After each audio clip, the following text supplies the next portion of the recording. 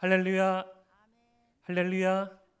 수요일 밤 예배 오신 여러분들을 주님의 이름으로 환영하고 축복합니다. 하나님께서 우리에게 예비하신 은혜 누릴 수 있는 예배 되기를 소망합니다. 이제 곧 구정이지요. 어떻게 온지 몰라가지고 나를 계속 살펴보다 보니까 이번 주말만 지나면 구정이더라고요. 실로 구정부터 새로운 새해가 시작되지 않습니까? 더 늦출 수도 없습니다.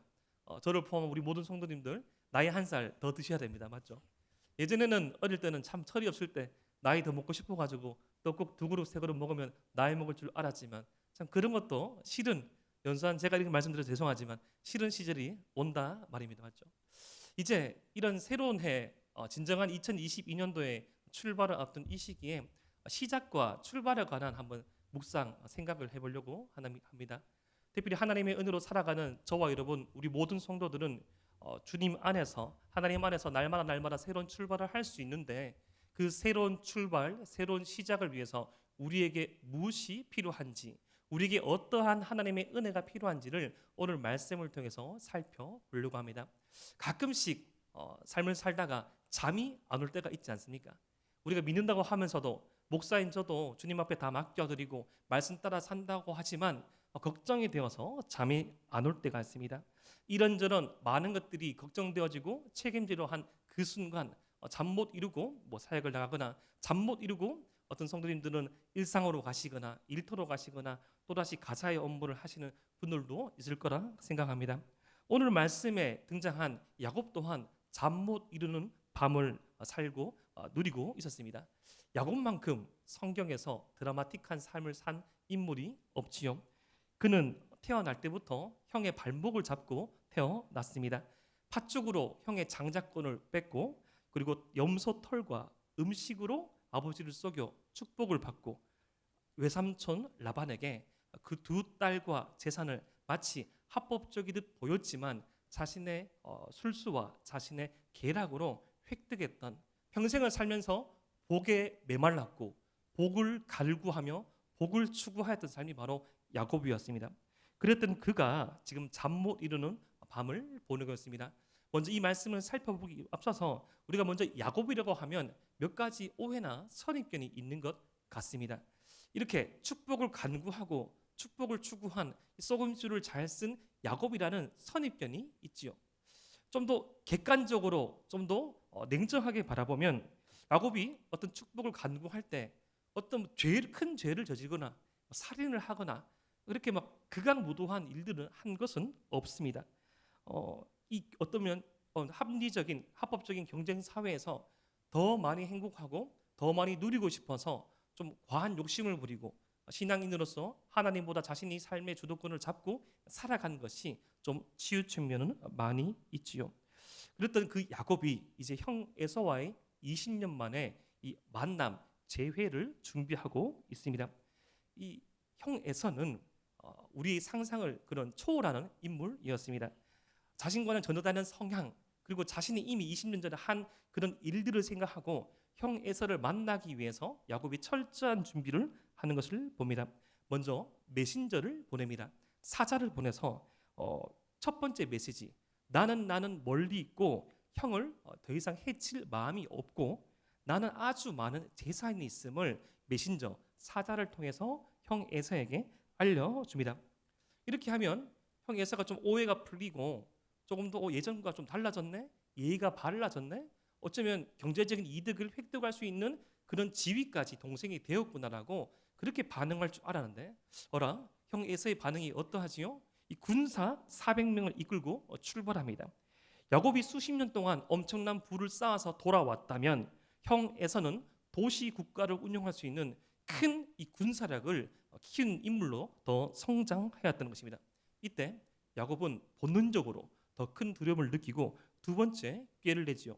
이 자신의 사람과 자신이 거느리고 있던 재산을 두 때로 나눕니다. 피할 길을 예비한 것입니다. 한때가 침을 당하더라도 한때는 피할 수 있는 그런 길들을 방법을 간구하였습니다.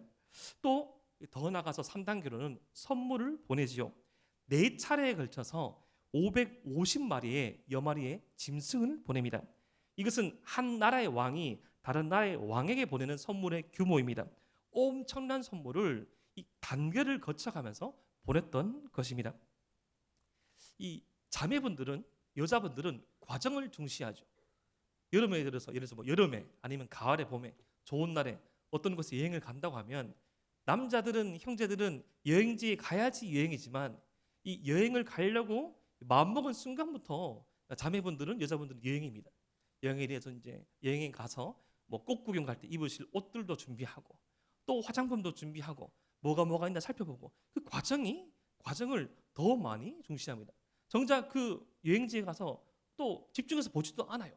보지도 않으시고 또 다른 여행지를 또 가야겠다라고 말씀하시는 그런 과정을 중시하는 것이 바로 자매 여자인 존재인 것 같습니다. 지금 야곱이 이런 디테일하게 사람의 마음을 움직이고 사람의 마음을 터치할 수 있는 것은 그가 지난 20년간의 세월을 통하여서 이 4명의 부인과 이 11명의 자녀를 키우면서 이 사람의 마음을 헤아릴 수 있는 그런 해안이 생겼던 것입니다. 자신이 할 수 있는 모든 조치를 다 하였지만 야곱은 잠을 이룰 수 없었습니다. 예전에도 좀 잔머리가 잘 돌아갔고 남들을 잘 설득하고 그리고 남들을 자신의 뜻대로 움직이게 하였던 능력이 있었지만 더 큰 포부를 가지게 되었고 더 섬세한 그런 어떤 사람의 마음을 움직이는 방법도 알고 있었지만 잠을 헤아릴 수 없는 것입니다. 야곱은 그렇게 뒤척이다가 갑자기 깨어나서 일어나서 이렇게 행동합니다. 창세기 32장 22절부터 23절 말씀입니다.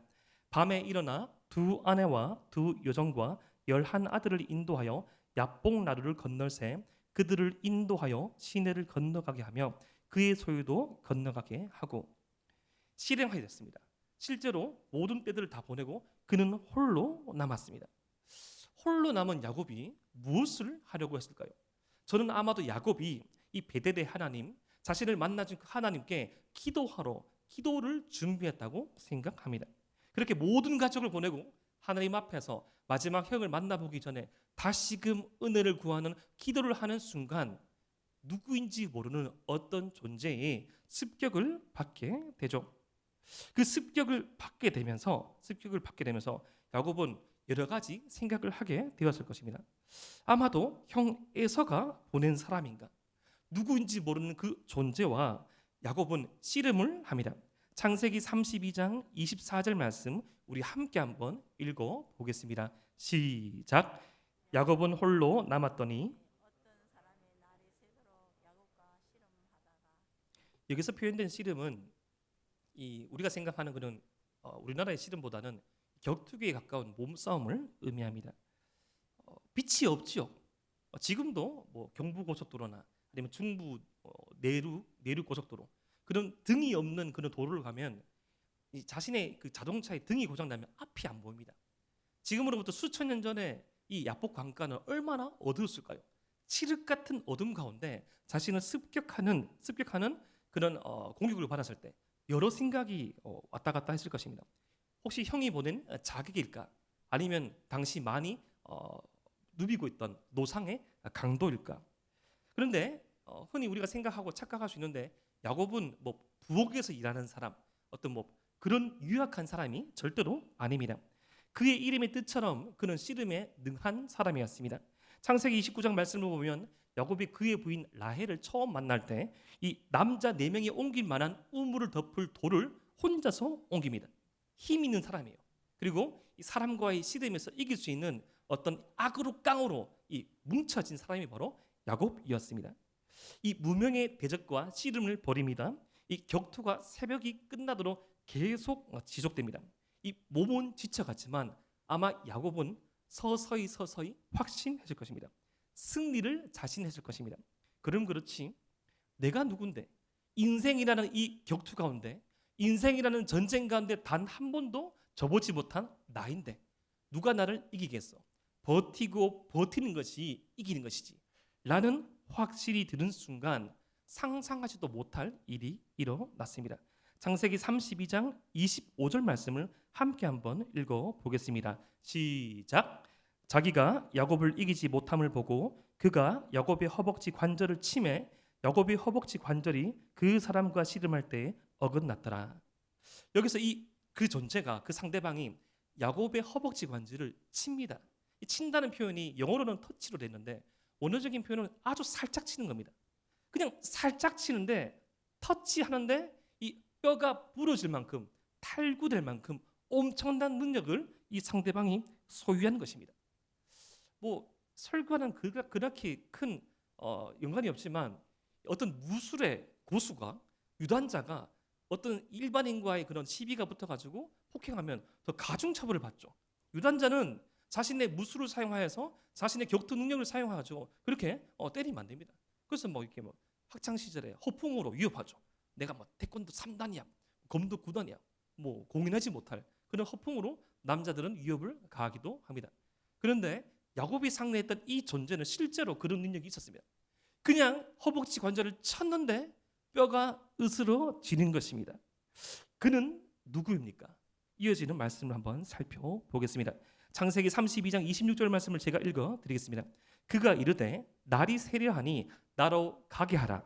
야곱이 이르되 당신이 내게 축복하지 아니하면 가게 하지 아니하겠나이다. 그가 이르되 날이 세려하니 가게 하라. 초인적인 힘으로 야곱에게 치명적인 상해를 가한 후에 그는 왜 가려 합니까?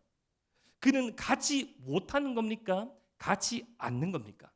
가지 못하는 겁니까? 아니면 안 가는 겁니까? 이런 상황은 야곱이 처음 겪는 상황입니다. 이제는 400명의 군사를 이끌고 나오는 형 에서를 피할 길도 없습니다. 뼈 중에서 가장 튼튼한 이 허벅지 관절의 뼈를 다쳤기 때문에 피할 수도 없는 절대절명의 위기 가운데 야곱은 어떻게 행동합니까? 야곱이 이르되 당신이 내게 축복하지 아니하면 가게 하지 아니하겠나이다. 이전과는 다른 씨름을 통하여서 야곱은 깨달은 것입니다. 인생 가운데 이제껏 자신이 살아온 이 인생이라는 씨름 가운데 단 한 사람도 자기가 이겨보지 못한 사람은 없지만 모든 인생의 문제의 그 관문 가운데 자신의 힘과 의지와 꾀로 풀지 못한 숙제가 없었지만 이 숙제야말로 이 문제야말로 내가 풀 수 없는 숙제이고 문제구나. 내가 이기지 못하는 존재도 있구나. 내가 넘어서지 못하는 사람도 있구나. 그에게 내가 복을 간구해야겠다. 인생의 근본적인 가람과 목마름과 배고픔을 그 문제에 대해서 평생을 갈구하고 복에 대해 목말라 했던 야곱이 절대절명의 위기 앞에서 하나님 앞에 기도하러 나가는 순간 그 상해를 가게 되고 그 존재에게 간구하고 있는 것입니다. 우리는 어쩌면 신앙생활을 하면서 야곱처럼 하나님께 오해하며 복을 갈구할 수 있습니다. 야곱처럼 우리 스스로가 인생의 주인공이 되어서 복을 획득하려고 때로는 이 범법의 수준에 이르지 않지만 합법적인 틀 안에서 신앙의 양심을 때로는 속여가면서 내 친지와 내 가족과 내 공동체 구성원과 나와 관계한 그 사람들보다 더 큰, 더 높은, 더 넓은 복을 점유하려고 그들을 이용하려는지도 모르겠습니다. 그렇게 한 번도 복을 얻는 것을 실패한 일이 없었던 이 야곱이 절대절명의 위기 앞에서 그 사람에게, 그 존재에게 복을 간구할 때 그 사람이 이렇게 묻습니다. 창세기 32장 27절 말씀을 우리 함께 한번 읽어보겠습니다. 시작. 그 사람이 그에게 이르되 내 이름이 무엇이냐? 그가 이르되 야곱이니이다. 내 이름이 무엇이냐? 사람으로서 소유할 수 없는 엄청난 힘을 가지고 있는 그 존재가 어떤 지적인 영역에서는 몰라서 물었을까요? 당시 고대 근동 사회에서 사람의 이름이란 것은 곧 그 사람의 정체성이었습니다. 지금 그는 야곱에게 넌 어떤 사람이냐? 넌 어떤 정체성을 가진 사람이냐? 너의 삶의 방향과 목적은 무엇이냐? 라는 뜻을 가지고 야곱의 이름을 묻고 있는 것입니다. 오늘 이 말씀 가운데 우리의 삶도 한번 살펴보길 소망합니다. 이 말씀 가운데 우리에게 던져진 하나님의 음성 또한 듣기 원합니다. 그 어떤 명함과 그 어떤 껍데기와 그 어떤 지위를 다 내려놓고 하나님 앞에서 단독자로서 저와 여러분들은 어떤 존재입니까? 진정으로 우리가 간구하는 것, 진정으로 우리가 누리기 원하는 것, 정말 주님께서 우리에게 예비하신 그 복들을 누리기 위해서 우리는 어떻게 살아가고 있습니까? 지금 야곱은 처음으로 자신의 삶 가운데 자신의 인격, 자신의 실체를 마주하고 있는 것입니다. 때로는 우리가 이 신앙생활을 하면서 매주 그리고 주중에 이렇게 반복되는 어떤 신앙생활, 어제와 똑같아 보이는 오늘, 오늘과 똑같아 보이는 내일, 이 일상을 살아가면서 정작 우리 이 중심, 우리 이 인격, 주님 앞에서 이 순수한 영혼에 대한 관심이 떨어질 수 있습니다. 그렇게 생각이 안 드십니까? 연수환자가 이렇게 말씀드려 죄송하지만 저는 아직 이제 80년생인데 가끔씩 눈을 감으면 한 13살쯤 되는 것 같습니다. 생생히 기억납니다. 죄송합니다. 허풍이 아닙니다. 전 4살부터 기억나거든요. 아직까지 4살에 신암동에서 제가 있을 때 어머니께서 수술 받으러 갈 때 울면서 엄마 치마 자락을 붙잡던 세월이 기억납니다. 가끔 눈을 감았다가 뜨면 가끔씩 아직까지 중학교 2학년 때 그렇게 중앙중학교 다니면서 농구하던 제 모습이 기억납니다. 또 눈을 감고 떠보면 그 어떤 기도원에서 간구하며 주님 앞에 은혜를 간구했던 청년인 저의 모습도 기억납니다. 또 어떤 시절을 보면 처음 사역을 시작하면서 주님 앞에 이 주님의 민족교회를 두고 헌신하고 더욱더 순수하게 사역하겠다고 결단하였던 저의 모습도 돌아봅니다. 이 시간이 얼마나 빨리 가는지, 그 일상과 일상 가운데 똑같아 보이는 시간이었지만 저와 여러분들은 그 약속의 말씀을 붙잡고 그 하나님의 은혜를 붙잡고 나름 최선을 다해서 살아왔지만 때로는 어떤 순간에 그 모든 것들이 허무해져 보이고 때로는 그 어떤 순간에 내가 아무것도 할 수 없을 것만 같은 큰 위기와 상실감 앞에 서본 적은 없습니까? 내가 어떤 어머니로서, 내가 어떤 아버지로서, 내가 어떤 사회적 어떤 지위로서 그런 존재가 아니라 주님 앞에서 그 은혜 앞에서 모든 것이 해체된 주님 앞에서의 그 존재, 그 존재를 들어볼 수 있는 시간이 우리에게 간간히 필요한 것이죠. 내가 누구인지, 우리가 무엇으로 말미암아 우리에게 이 영생을 소유할 수 있는지를 주님 앞에서 확인할 수 있는 그 시간을 야곱은 지금 보내고 있습니다. 야곱이 대답하죠. 야곱입니다. 전 야곱입니다. 아마도 이 야곱이라는 이름, 그 이름 앞에 저는 그렇게 해석을 붙이고 싶습니다. 전 야곱입니다. 지렁이처럼 꿈틀대며 속이는 자입니다. 이름처럼 아버지를 속였고 형을 속였고 외삼촌을 속였고 그리고 제 자신을 속였고 하나님을 속일 수 있다고 생각한 야곱입니다. 사실 오늘 본문에 이르기까지 야곱은 창세기 본문에서 자신의 이름을 스스로 말한 적이 없습니다. 아버지를 속여서 장자권을 받았을 때 이삭이 묻죠. 내 아들아 내가 누구냐? 그때 야곱은 뭐라고 말했죠? 나는 아버지의 맏아들 에서로소이다. 이름을 물었는데 자신의 이름을 말하지 않는 거예요. 내 아들아 내가 누구냐? 나는 아버지의 맏아들 에서로소이다. 내가 참 아들 에서냐? 털은 에서의 털인데 목소리가 아닌 거예요. 내가 참 아들 에서냐? 반복해서 묻지만 또 부인하죠. 그가 대답하되 그러하나이다. 야곱은 복 때문에 평생을 복을 갈구한 것을 살면서 자신이 누구인지를 밝히지 않았습니다. 외삼촌 댁을 찾아서 이 라헬을 만났을 때 창세기 29장 12절 말씀을 보면 또 그렇게 말하죠. 그에게 자기가 그의 아버지의 생질이요 리브가의 아들 됨을 말하였더니 굳이 창세기 이 저자는 화자는 야곱이라고 말하지 않습니다. 야곱이 야곱됨을 이 처음으로 인식하고 처음으로 인정하는 순간이 이 순간임을 밝히고 강조하고 있는 것입니다. 사랑하는 대동의 모든 성도 여러분, 하나님의 백성은 누구입니까? 하나님 앞에서 자신의 정체성을 드러내는 존재 아닙니까? 예배란 무엇입니까? 하나님 앞에 우리의 모든 껍데기 내려놓고 은혜 없이 살아갈 수 없는 존재가 우리임을 주님 앞에 고백하고 인정함으로 나아가는 그것 아닙니까? 하나님께 자신의 정체성을 밝히는 자, 자기의 상태를 인정하는 자, 은혜 없이는 말씀 없이는 기도 없이는 살아갈 수 없는 존재가 성도임을 고백하는 저와 여러분 되시기를 주님의 이름으로 축복합니다.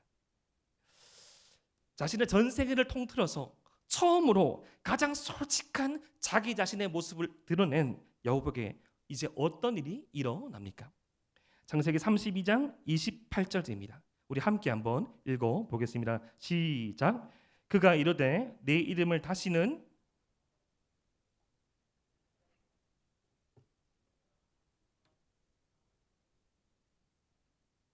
그가 야곱의 이름을 이스라엘로 바꾸죠. 하나님을 이긴 사람, 하나님의 존귀한 사람. 이때 1차적으로 이 상대의 이 존재가 드러납니다. 사실 하나님을 이긴다는 것은 말이 안 되죠. 말이 안 되죠. 저는 이 사역을 마치고 오늘처럼 잠깐 텀이 있어서 뭐 집에 잠깐 간단한 식사를 갈 때나 아니면 사역을 마치고 집에 갈 때마다 항상 저는 이 대적을 당합니다. 오늘도 이제 잠깐 치료딱 들어가자마자 이제 제가 두 아들이 있다 보니까 무찔러라 하면서 대적하라 하면서 둘째 아이들이 와서 뭐 공기총을 쏘가지고 제가 뭐 쏘더라고요. 아버지를 대적으로 취급하면서 막 하면 뭐 이렇게 어떻게 하죠? 그때 에이 좀 치아라 하면서 장난치나 이렇게 말합니까? 우와 우와 우와 우와 하면서 그렇게 빨리 져줘야지 끝나는 것이죠. 자녀가 장난치는데 이 웃자고 장난치는데 죽도록 달려드는 부모 있습니까? 아무도 없죠. 져줍니다. 어떻게 피조물인 사람이 하나님을 이길 수 있습니까? 하나님께서 져주시는 것이죠. 하나님께서 다 아시고도 이 은혜의 테두리 안에 있다면 허용하시고 보시는 것이죠. 이제는 하나님께서 야곱에게 이스라엘의 이름을 붙여주시면서 이제까지 야곱은 그 모든 존재를 사람을 이기고 온 사람이라면 이제는 하나님께서 져주시는 인생, 하나님의 은혜로 살아가는 인생이 되었음을 하나님께서 야곱에게 새로운 정체성을 주는 것입니다. 성도의 정체성이 그런 거 아닙니까? 저와 여러분들 성도의 정체성이 무엇입니까? 하나님의 은혜로 살아가는 자, 하나님께서 져주는 인생, 반대로 하나님께 끊임없이 간구함으로 은혜를 간구함으로 나아가는 존재가 저와 여러분 아닙니까? 사실 이 창세기 말씀은 피조 세계의 이 질서를 보여주는 말씀이죠. 이 모세오경의 첫 말씀으로 누가 이 세상을 창조하였는가? 이 세상의 진정한 주인은 누구인가? 하나님의 백성은 누구인가? 특별히 창세기를 처음 받은 이 사람들은 이 출애굽 시절의 이스라엘 백성이었습니다. 그들에게 이 말씀은 아주 특별하지요.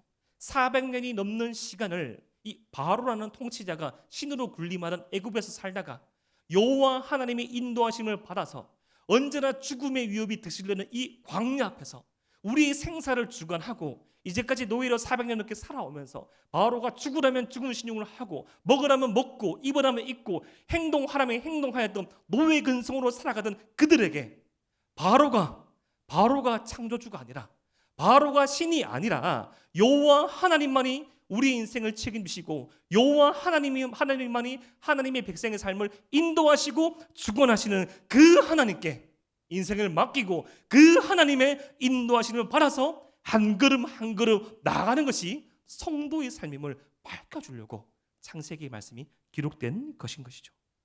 오늘 우리에게도 이런 인식이 필요합니다.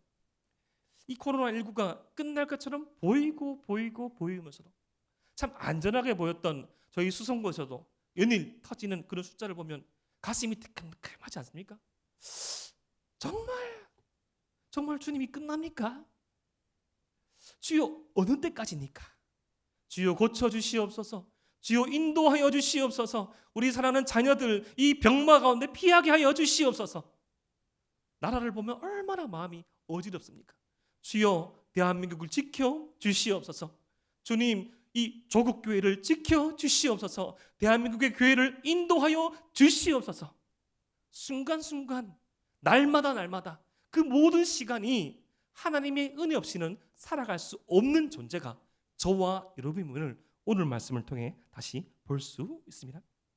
우리 모든 삶의 이 주관자 되시고 우리의 삶을 인도하시는 하나님께서 저와 여러분들에게 새로운 정체성을 붙여주심을 잊지 말고 살아가시기를 바랍니다.